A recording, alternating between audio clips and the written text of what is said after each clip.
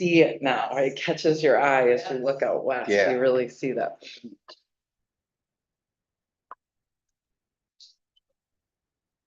It does. Yeah, it does. Okay, I'd like to call the Human Resources and Public Works Committee to order. Do you have time to check out the agenda? Yep. Make a motion to approve the agenda as set. Support. It's been moved and supported to approve the agenda. All in favor signify by saying aye. Aye. Opposed, the same. We have an agenda, and the next item is call to the public. Do we have any public online? We just have Director Schumacher online. I do not see his hand up. Okay. I was gonna say, I watched the work session, and lots of times the microphone cut off, so you couldn't hear what people were saying. Yeah. I mean, you could see their lips moving, but Michelle's working on it. I know that, I think there was some issue maybe internally here with the audio that she had, your IT or your AV, I should say, maybe, to come out to look at it. So I know Michelle was working on it. great. Thanks for the feedback. Okay. Since we have no public, we'll go to our first item, which is review and assess the semi-annual 2% application from the Isabella County Commission on Aging. Hi, Jennifer. So we're working on our application. I think this was just to have a discussion, Yes. pre-application. So, Yes. you know, we're planning to do, our managers have been working on our app over the last month. And so I'll be hoping entering it today into the system. And we do a collaborative application that encompasses all of our programs. It's for programs and services, nothing administrative. And the tribe has been so supportive. I just brought I think last year, fiscal year 23, we brought in, or we were awarded $242,250. And since 1995, when they began 2%, we've received just over $10 million Wow. here at Commission on Aging. And so years ago, prior to my coming here, they had requested from Brenda that COA submit the same application, both spring and fall. Again, it's just general support for all of our programs. We don't do a thing. It's just to provide support to all of our programs. And so we submit if we submit the application this spring, we will submit the exact same application this fall. And then everything awarded between the two then would go back to this fiscal year 24 budget to support our operations or our programming. Are you going to the round table thing on Thursday? Yep, I'm planning on attending. Cool. Yeah. Yes. Very good. And so you'll have it on the portal. So we should be able to go on, Julie, and download that off the portal, and that'll be the attachment for Tuesday's board meeting. Yep, sounds good. Cool. Sweet. Yes. A little better process. Yeah, it's great. Okay, any comments or questions on that? Straightforward. No. All good. Keep doing what we're doing. It's Yeah. working. That's what we gotta feel like, you know, like. Yeah, Just Mhm. keep saying thank you to them. Exactly. Yes. okay, thanks. Thanks, Jen. Our next item is renew and assess the semi-annual 2% application from the Isabella County Material Recovery Facility. We have Jake Gordon here today for that. Hi, Jake. Morning. We are set to get ours 2% applications downloaded or uploaded, however you want to phrase that. We'll have it done hopefully by Thursday at the latest. And yes, we will be attending the 2% roundtable as well. We do the very similar thing as what COA does, and that's an ask for 150,000 spring and fall for a total of 300,000 total. We've been fairly successful over the last couple of years in receiving 2% funding. I think last year we got I think it was almost 200,000. So part of that 2% match is what we're using on matching funds for the grant for the 900,000 on infrastructure. As it stands, yes, it will be a continuous ask. The thing Eric did ask me to make sure that I was marking that this was a reoccurring, so we'll be making sure that we're taking and doing that as well this year. Okay, sounds Very good. good. Any questions or comments? No, okay, well, thanks. All good. Thanks, Jake. You guys are very, oh my gosh, that's funny.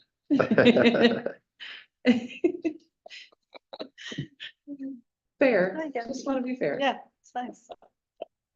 Okay, our next item is consider approving 2024 A&D Home Health Care Incorporated waiver contract and authorize the board chairperson to sign the same. We have Jennifer Crawford.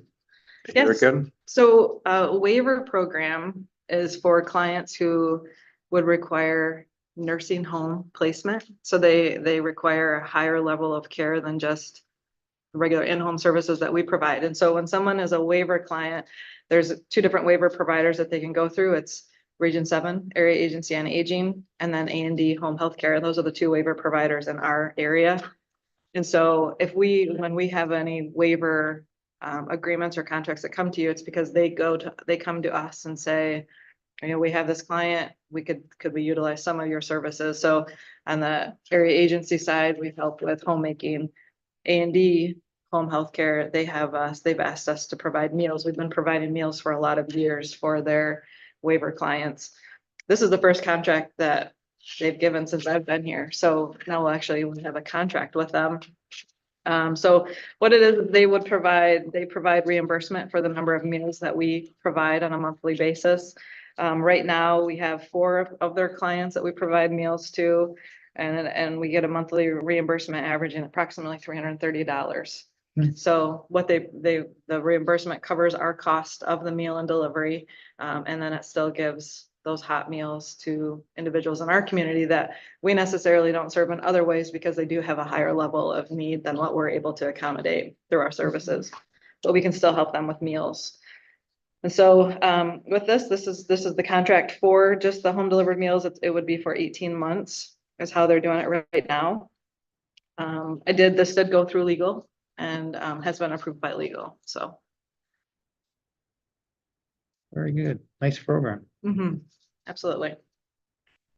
Yeah, it's good to be working together with them. And I know they've been around for a long time. Absolutely. Any questions or comments on this? Yes, No, Commissioner? just consider approving the 2024 A&D Home Care Incorporated waiver contract and authorize board chair to sign the same. Support. It's been moved and supported to move item 6 to the work and regular session of the County Commission next week. All those in favor signify by saying aye. Aye. Opposed, the same. Motion carries. Item 6 will be forwarded to our next week's meeting. Thank you. Okay.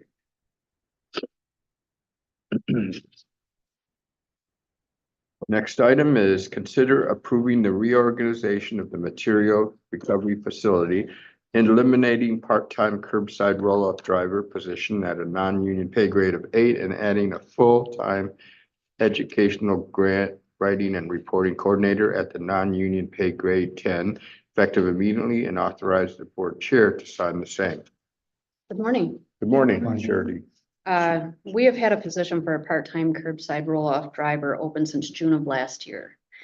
And with the financial position that the county is in and that position being open for that amount of time, we had to take a look and reevaluate operations and to make sure that we were running efficiently as possible and see what we could do to also help moving forward. What we came up with was that we needed to have a position that was able to do some of the grant writing and reporting that comes along with the mandated MMPs that came from the state level, as well as an education portion. Jake, you'll help me out here. Yeah. I Just just one like, of, it's one of the requirements as far as material management planning is an education piece of that.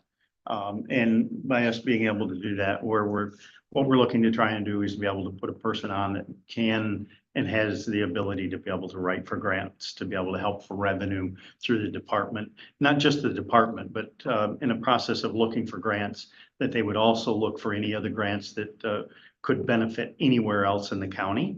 And if they had the time to be able to write for them, they would do that. If not, they would at least, at a minimum, send that grant and all that information to a department head to be able to write for that. particular Wow, that's grant. great. So that's the idea behind it. It's a revenue generating piece that we think would be of major value to the county, especially at this point.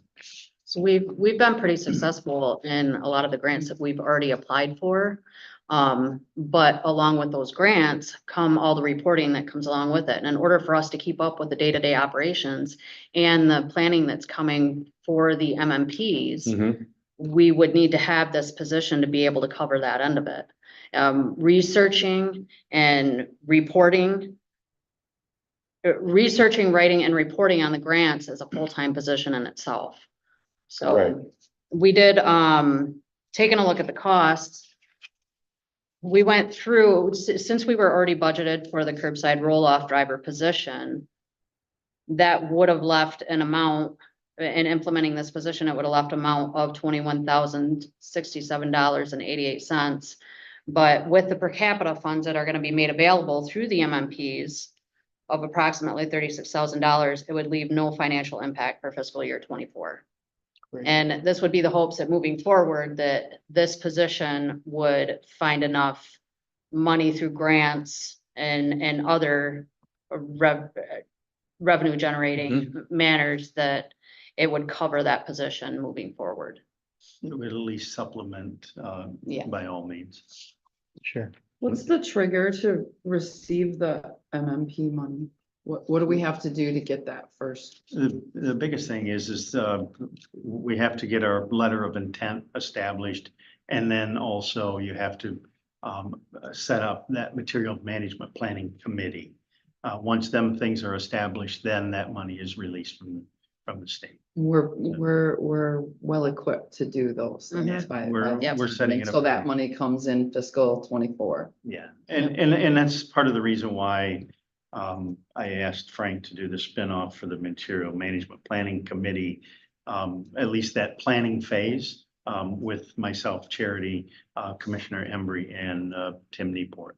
That was the reason behind that, is to be able to make sure that then reaching out to the surrounding counties to make sure that we get established who they want on as far as their membership to that planning committee, and try and get everything established.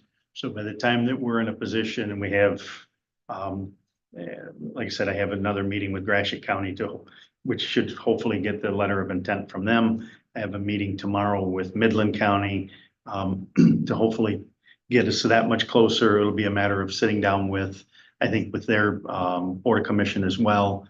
I'll have to go back to another meeting on that to make sure that we get Midland on board. I think with Midland coming on board, we had talked about the ancillaries or the drop-ins. We had went to Ogama County and talked to them. Wasn't sure whether they would be interested or not, but as you all heard, or at least you, Commissioner, and Nicole, you heard last Friday that Ogama County will be sending a letter of intent probably within the next 2 to 3 weeks as Great. well. That will give us 8 counties total. I just yesterday I was asked to be a presenter or a speaker at the Rotary Club here in Mount Pleasant, and there was a lot of people in the room that was quite impressed that Isabella County was going out to create such a regional hub, so to speak. So, the information is getting out there. People are impressed that we're at least trying to do what we can to regionalize this facility and put the county in a little bit better light, considering some of the publication has come out of it as of late. So. It's brave, right? Yeah, no, and I get that question all the time. Why aren't you guys asking for grants? And it's like, we are. Yeah. We are. Yeah, And and it's a brave concept for this position, right? We've thought about it in administration, but it takes a leap of faith. You think this position will pay for itself and quite often grant writers do, right? Especially when it's focused on recycling, but I think we can't ignore that the MRF is still getting assistance from the general fund, so I think this can't be a put it in place and don't ever revisit it. I think if this position is approved, I think we continually have to look at it to make sure that it is. yeah, Yeah, yeah. give it a year, give it the fiscal year, but really look at it to make sure that it's. And the other performing as portion we of hope. that, as you well know, then would be that pivot on the education piece may come a little bit more, there's definitely gonna be more of a focus on that area. Yeah, we're working on some other things on the other side of that, like the app for recycling, things of that nature. But Yeah. we're trying to set up this department in a manner that it will not be a burden on the county financially by establishing, getting a grant writer in place to be able to pick up some of that other funding. That is a huge portion of it. Obviously, the next piece of moving forward on the expansion on the facility or the upgrades on the facility to be able to bring that material in to be able to cover, that added cost that there is there for the county. I applaud you for bringing this forward now. I know I kind of said, let's hold off, but Jake pressed it. It is timely. So I appreciate you both bringing it forward. Yeah, and, we understand that the county it does not intend to go outside for hire, but we also understand the financial position of the county that, this may very well be a saving grace for an internal employee. Absolutely. And we're wanting to be able to do what we can to be able to help that side of it. And I think that's important as an organization that we look at that as well. So, What about the education piece? What's that gonna involve? well, as we talked about, we're talking about possibly 8 counties total. Mhm. That education piece is gonna be, so to speak, the kind of the go-between to be able to make sure that all of these counties are following through on what they need to for education. That person would be that contact. Okay, great. I don't know if it would necessarily be, and I'm not saying that it won't be, but there's gonna be communication to schools, presentations like my presentation yesterday, Mhm. Rotary clubs, things of that nature. Whether it's the county fairs that they're going out and speaking to about recycling, that would be what that job entails. And that's, it doesn't mean that it is gonna be for every county, but it doesn't mean that it won't be. There is gonna be a piece to that. I think the way I envision it would be that that person would, at a minimum, they would help to make sure that each county is covering the education piece that's needed for the MMP. Mhm. And if that means that they're putting a part-time person on, this position would help coordinate all of that Great. part of it. So there is a bigger, it's a larger plan on all of that, but Mhm. it is gonna be something that, it's gonna be a lot more multi-county than than it would be just focused necessarily with Isabella. And as far as the education piece. Mhm.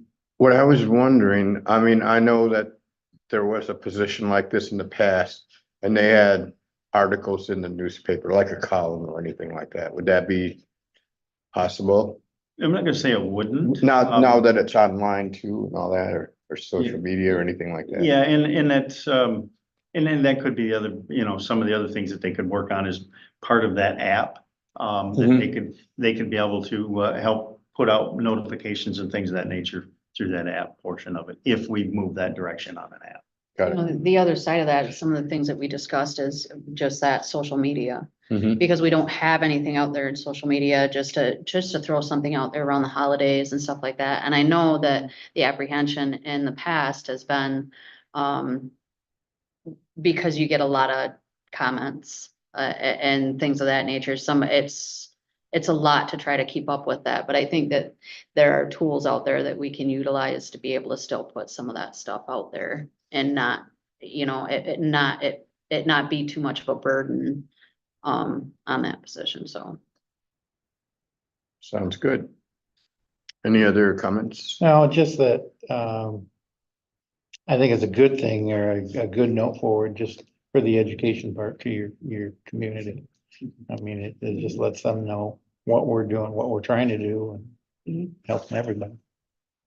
I'd say this is a bright spot. Yeah, yeah, no, that's what I'm Yes. saying. And that's the way you gotta do it and that's the way you gotta spin it is, hey, this is good. This is good for us. So. All right, consider approving the reorganizational of the material recovery facility, eliminating the part-time curbside roll-off driver position at a non-union pay grade 8 and adding a full-time education / grant writing and reporting coordinator at the non-union paid grade 10 effective immediately and authorize board chair to sign the same. Support. It's been moved and supported to move item 6 to the work and regular sessions of the county commission next week. All those in favor signify by saying aye. Aye. Opposed, the same. Motion carries. Item 7 will be forwarded to our next week's meeting. Thank you. Thank you Charity. very much. Jake.